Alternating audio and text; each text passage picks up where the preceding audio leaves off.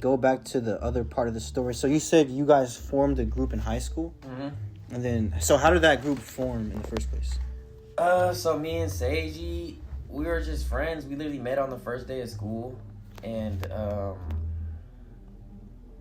then there was this dude named Wayne Hayes that hit Seiji up, I think, to try and be his manager because he heard about that fact that he was making beats, and then he heard about me too, and then he was like, oh yeah, so then he was like, all right, we decided to form a group from there, and then eventually he dropped out, and me and Seiji just kind of kept going past into when he moved to LA. Okay. Like that, yeah. Okay, so when that group was a thing in high school, were you guys weren't dropping like videos, or we were recording at a studio? Like, mostly everything we recorded at the house. Okay, and you were just dropping on SoundCloud or what? Yeah, we would drop on SoundCloud mostly, and then we started dropping on Spotify when it became more of a thing too. Yeah. Okay. So then, so that music video then, that one that I with you and Ricefield, that was y'all's first music video that you did?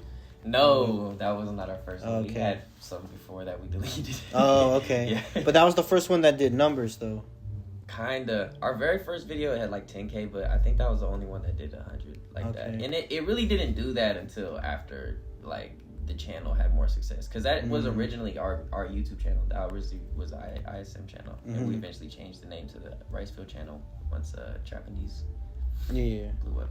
Okay, so that song didn't really like do a lot of numbers until Trapanese blew up, and then people went back to watch it. Yeah, I mean it did a cool amount of numbers, but it didn't like get to like 100K where it's yeah. Why do you think so? Okay, but would you say that song helped put you guys on the map more, or like helped get your name out there? Why do you think that song went up like that? I mean, I think it was a good representation for like the Asian community in the Bay Area, because I mean, just in the industry, like entertainment industry, there's not a lot of representation, especially for like Asian men and shit like that.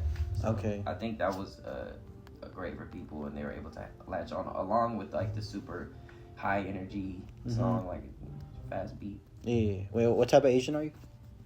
I'm Filipino and black. Okay. Yeah, but Yeah. All right. So 2 years go by. Is that's when you drop your next music video? No, so Trapanese dropped, and then another year went by, and then you dropped your next song. Is that correct? That's like the right time frame? Yeah, like 1 or 2 years, I think I think I waited. Yeah. So, but you were around when Trapanese came out and they made that and everything? Yeah, I was helping with all that, and I'm helping dance in music videos, set it up and whatnot.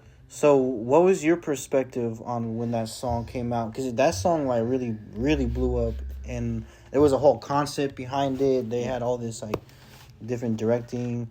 What was happening? Like, what was your perspective on it? How did you see that come about? And what did you have to do with that song, or how did you help? So they asked me to be on Trapanese originally. I actually didn't want to be on it. Oh, really? Yeah. Why? Because I didn't want like my ethnic identity to just completely define my music at the time. I just didn't feel like I had to. I don't know. Like I had to think about it. Like I just wanted my music to just be my music. You know. But I totally see the vision. I respect it. Yeah. Okay. Did things change though once that song, or do you know how that song like really blew up? Yeah. So it originally got some traction just on Spotify out of nowhere. Then we started looking it up, and a lot of people were making like gaming videos, like Fortnite videos to it. Like hella people were making Fortnite videos to it, and then once we saw the traction, it just was kind of go time. We released the first music video for it, and then he got some attention from the label, and then we like released another music video and kept going with it. Yeah. What changed after that? Like, what changed with the group after Trapanese dropped? We dropped Neji, and then like they kind of just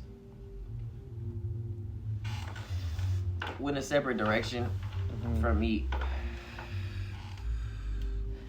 Like the dynamic was a little bit different.